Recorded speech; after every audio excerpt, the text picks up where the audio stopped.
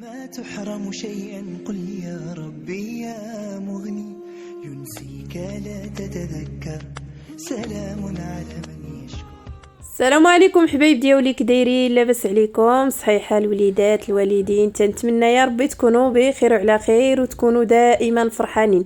اليوم ان شاء الله غنشارك معكم بريوش اللي تيجي رائع وتيجي خفيف وتيجي هشيش، والاهم هي الزيت ما فيهش. المهم عندي نص كاس ديال الماء ونص كاس ديال الحليب، 4 المعالق ديال السكر. الخميره تتبقى على حساب الجو، درت انا قياس معلقه كبيره، وغادي ندوبهم مزيان ديك السنيده. السكر مع الخميره في داك الحليب والماء ندوبوهم مزيان مبريوش اللي تيجي خفيف وتيجي رائع وما فيش مقادير بزاف، وتيلوح لينا واحد الكميه اللي كثيره، وعاده ما تياخذش لينا الوقت بالزربه تنوجدوش، ما فيش دوك التعقيدات ونبقاو خمر هنا وعاود خمر هنا. هذا غير ارتاح صافي، ونصايبوه نعمروه بشكلاط ولا بكوفيتير ولا نديروه غير خاوي وعاد نخليوه يخمر يشبع خميره، عاد تنطيبوه ساهل ماهل. عندي قبيصات الملح تقاد ليا الذوق، وعندي واحد البيضه وواحد نسمه د الفانيل. نقدروا نكتفيو غير بالنسمه، نقدروا نزيدوا قشور الليمون الحامض ولا داك النافع، المهم كله تيدير اللي يعجبو. المهم التنسيمه تتبقى على حساب كله يدير اللي يعجبو. صافي هنايا غادي نخلط مزيان وغادي نبدا ندير في الطحين. بالنسبه للطحين غندخلو غير شوي بشوي، عارفين البريوش ولا كرواسه ما تتبغيش تكون العجينه ديالها ثقيله، خاص يبقى خفيف باش يجي حتى فاش تيطيب تيبقى خفيف، تيجينا مقتن. الا كثرنا فيه الطحين تيجي نتقلوا ليه العجينه ديالو، راه تيجي واخا يطيب راه تيجينا مدقس من الداخل واخا يشبع خميره. المهم هو راه معروف عليه بريوش تيكون خفيف في العجينه ديالو. هنا غادي نحرك مزيان بهاد الطراب اليدوي، عاد نكمل بيدي.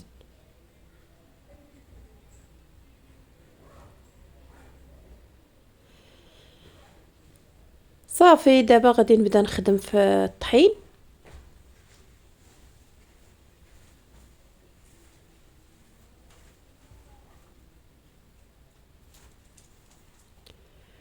وهنايا الطاسه ديال الطحين تتهز ليا كيلو نيشان، تنبقى نجيب هذا الكاطو غير كيلو بكيلو. الا كنت باغا نصايب شي كميه الكاطو كتير تنجيب المهم دوك 2 كيلو، ولا بالنسبه عا بحال هكايا الا بغيت كيكه ولا تيبقى عندي كيلو في ديك الطاسه مع مول الطحين كاين حدايا، بلا ما نجيبو نحطو يبقى يبرد ولا شي حاجه.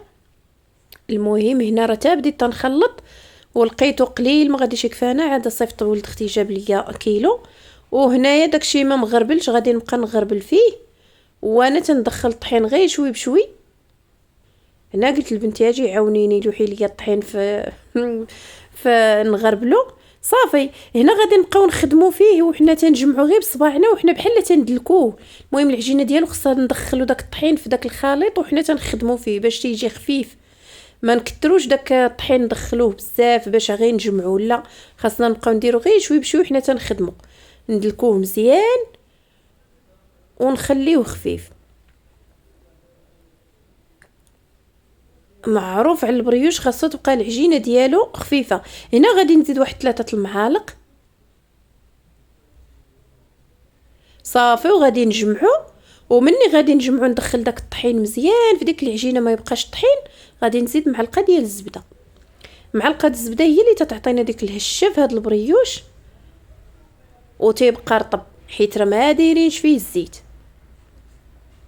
صافي هنايا مني صافي دخلت داك الطحين مزيان في داك الخليط، العجينه راها رطبه، غادي نزيد الزبده، معلقه كبيره ديال الزبده.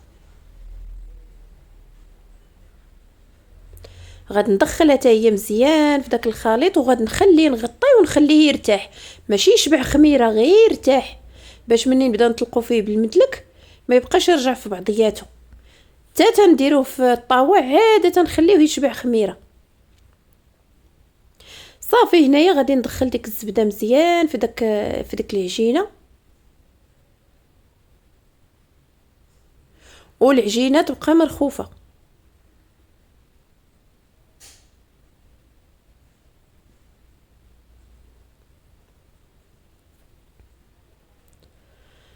صافي هنا غادي نغطيه ونخليه يرتاح. وهنا من بعد ما ارتاحت ليا راه ما خمراتش غير ارتاحت، صافي غادي ندير الطحين وغادي نبدا نطلق في العجينه.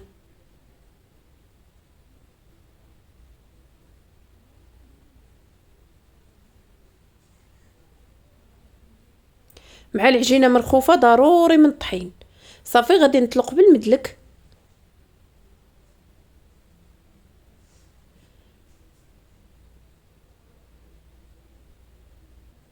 غادي نبقى تنطلقها على قد هاد الخشبه اللي عندي. ما تكونش العجينه عاوتاني ما نرقوهاش بزاف، ما نخليوهاش غليظه، عيننا ميزاننا بين وبين. وراه تجي هاد البريوش تيجي خاوي من الداخل. المهم انا غادي ندير فيه شويه ديال الشوكولاط،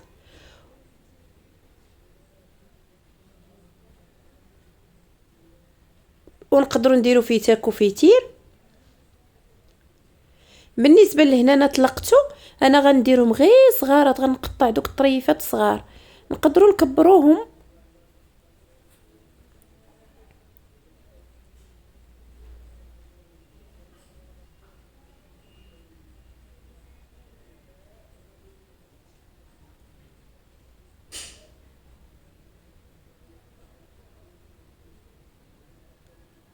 وصافي من بعد ما قطعتها مربعات غندير فيها الشوكولاط. والشوكولاط اللي تيبغي ديك الساعه على حسب، كاين اللي غادي يعمرها مزيان باش تجي عامره بالشوكولاط. انا غادي ندير غير شويه، ديك نص معلقه صغيره. هنا راه هاد البريوش صايبته مع ولاد اختي، غادي يبغيو يجيو نهار تاع الحد، صايبته في السبت في العشيه. والدراري الصغار عارفينهم تيبغيو الشوكولاط، داكشي باش غادي نحشيهم كاملين بالشوكولاط.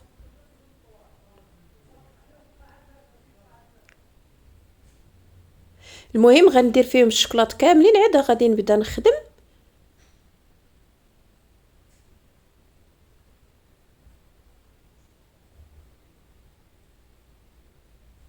وهنا الجمعه غادي نجمعهم بحال المثلثات ونبداو نلصقوا في دوك الجنيبات باش ما يخرجش لينا الشوكولاط. هنا درت غير نص بالشوكولاط، وكنت غادي ندير النص الاخر بالكوفيتير. قالت لي يا بنتي عادي راه ماما الشوكولاط كامل راه تيعجبنا. وبالنسبه لهاد الشوكولاط راه تيجي زوين بحال كون تنحشيوه في شي حاجه. هاد الشوكولاط راه هو اللي صايبت عندي نيت في القناه، اللي صايبته راه تيجي زوين مع الحال بارد. دابا راه 10 ايام هادي باش صايبت ديك القرعه وتتاكل منها غير البنت، وبقى زوين. المهم صافي غادي نسد هذوك القنيتات، ضروري ما نسدوهم. والعجينه راها مساعدانا في الخدمه، ما تكونش غليظه بزاف ما تكونش رقيقه، مساعدانا في الخدمه. هنايا درتو مني صايبتو درتو غير عشوائي في الطاوه وغطيتو وخليتو تيخمر. قلت راه مني تيخمر راه واقفه في الكوزينه، صايبت واحد شويه ديال الكاليط، درتو طاب باش يكون الفران سخون.